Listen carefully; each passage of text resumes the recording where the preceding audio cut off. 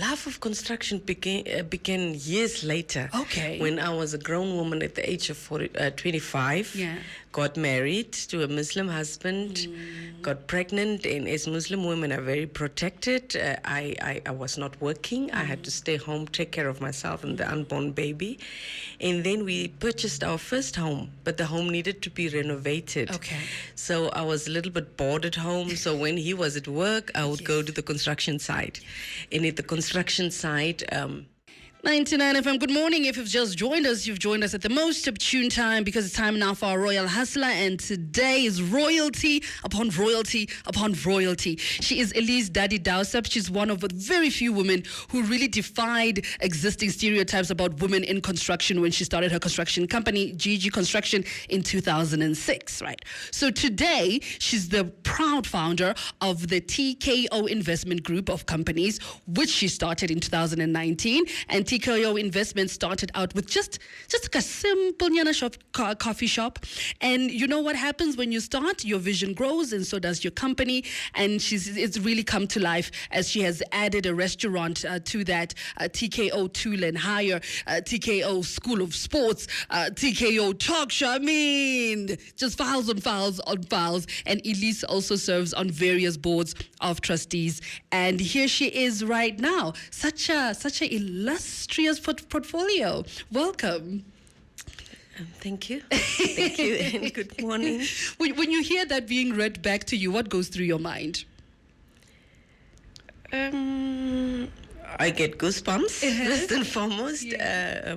When you get to hear somebody else speaking about you or talking about you, only then you actually realize that you've worked, that you've been to places. So it's actually fulfilling, but also a moment whereby you just want to say, oh God, Alhamdulillah, I've been all that. Yeah. Yes, so it's a great moment. It should be. It should be. But all of this didn't just happen overnight. Take us a little bit back where you grew up. I grew up in a dusty village about 50 kilometers outside Rehoboth called Chumas Park. Its inhabitants there is less than 200 or 200, or now maybe with all of us having kids, 300 or 400. Okay, we've doubled the number. Yes, but back then it was a very small village which lived from back then called the Spoorweg, the railway camps, which were coming and going, working and so forth. Yeah. So that is where I grew up. Electricity found us like 3 or 4 years ago. No. Within the independent Namibia. Flushing toilets is still not there. People are struggling to put 1 or 2 together now because the water infrastructure hasn't reached the homesteads as yet. So, I come from a humble, dusty, but all my memories, beautiful village. Right? Yes. What was one of your fondest memories there in your childhood or even in your teens?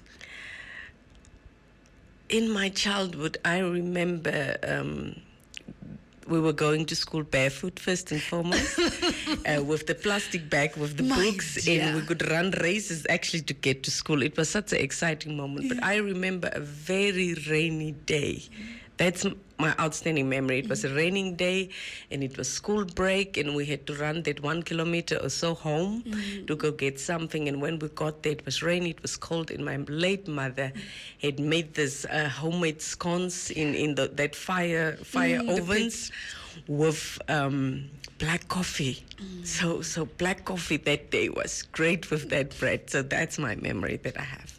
Is that where your love for entrepreneurship and actually construction starts? Like you said, there's not much infrastructure in that dusty village. So how did that love of construction begin? Love of construction began years later. Okay. When I was a grown woman at the age of 25. Yeah. Got married to a Muslim husband, got pregnant, and as Muslim women are very protected, I was not working. I had to stay home, take care of myself and the unborn baby. And then we purchased our first home, but the home needed to be renovated. Okay. So I was a little bit bored at home. So when he was at work, I would go to the construction site. And at the construction site, at the construction site, I would interact with the builders. You know, they make the nicest food on the construction site. And with builders today, they will tell you all the list of materials they want, but tomorrow morning they will say we don't have this, and if you bring that, they will tell you they don't have this.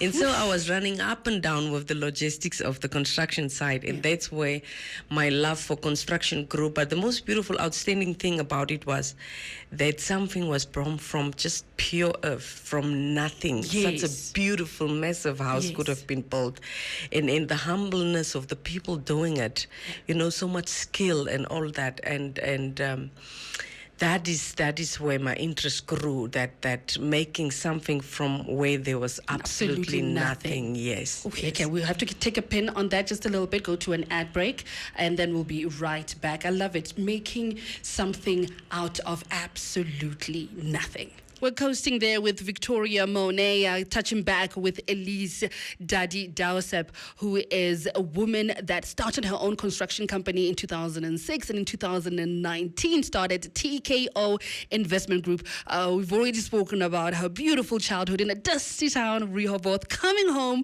to black coffee and buns one very raining day where she came home, one of her fondest memories, and we left it out at building something from nothing. Elize, let's talk about that. Let's talk about GG Construction 2006 and the birthing thereof.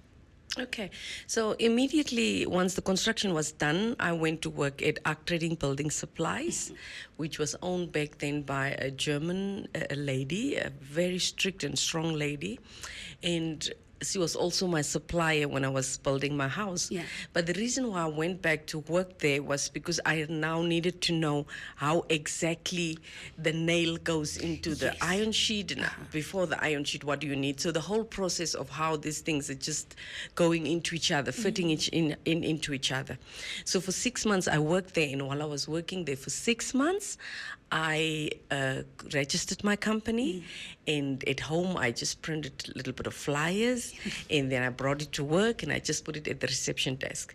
And while I was working there, City of Windhoek, actually, once the plan was approved, they would give it through to my employer so that they could give the budgets and all those things.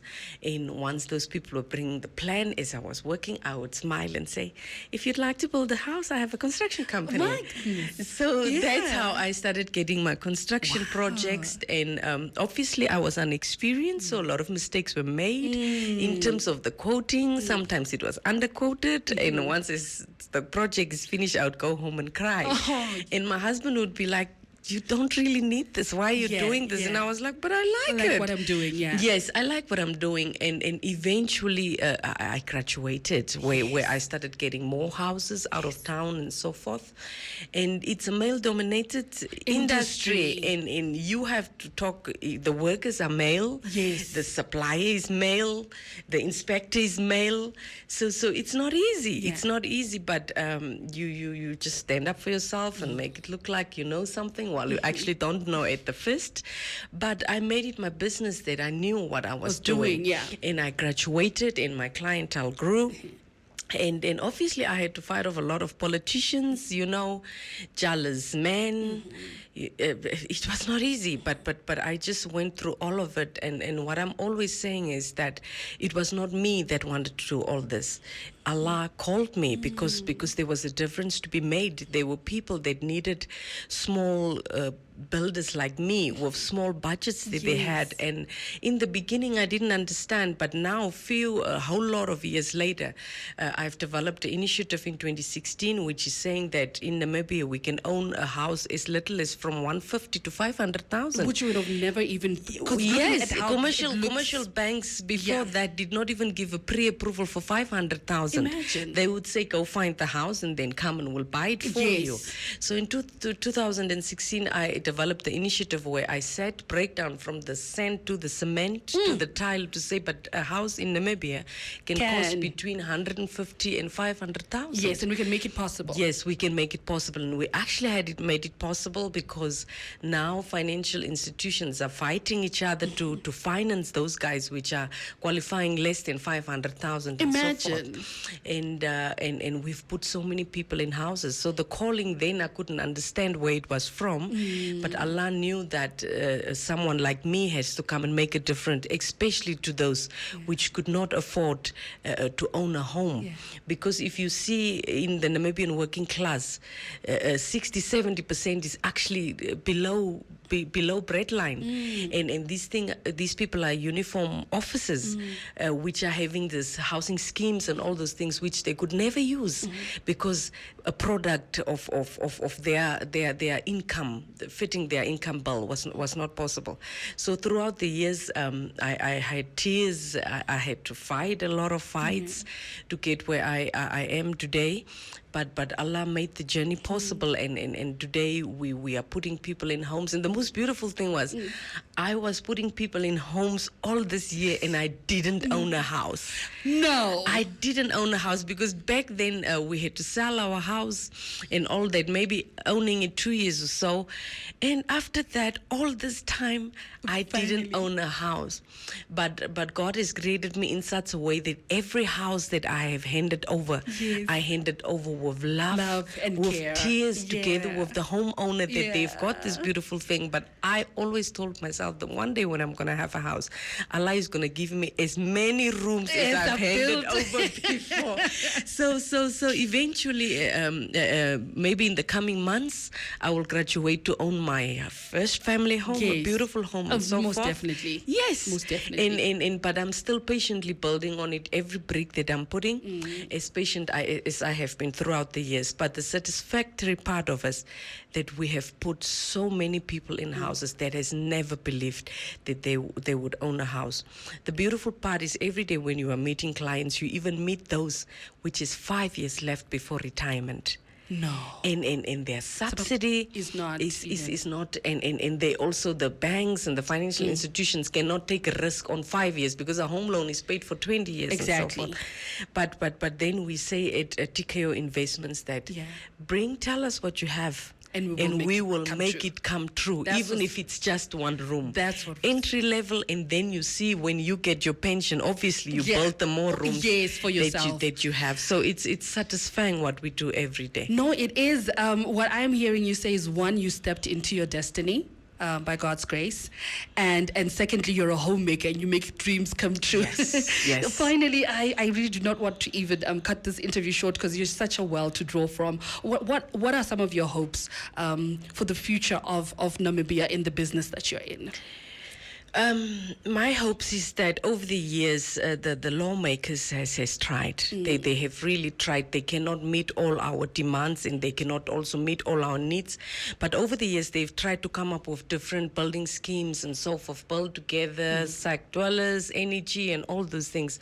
But eventually, they become money-making schemes and they don't meet the needs of the people. But my initiative that I have at the moment that I'm working on is whereby we can get the government to get on board so that we can build homes, entry-level homes, whereby the gentleman putting the fuel, the lady cleaning the house, they can get into these houses and actually pay rent to the government.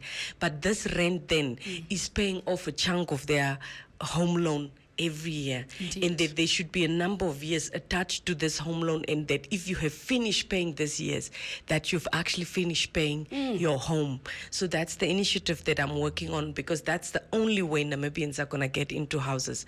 When the houses are actually built, they are moving in, they are paying back the government every month as if they are paying rent to someone else. Indeed. But after that 5 or 10 years, that house should become theirs. Exactly. Yes, because right now people are paying rent and they are paying off somebody else's installment.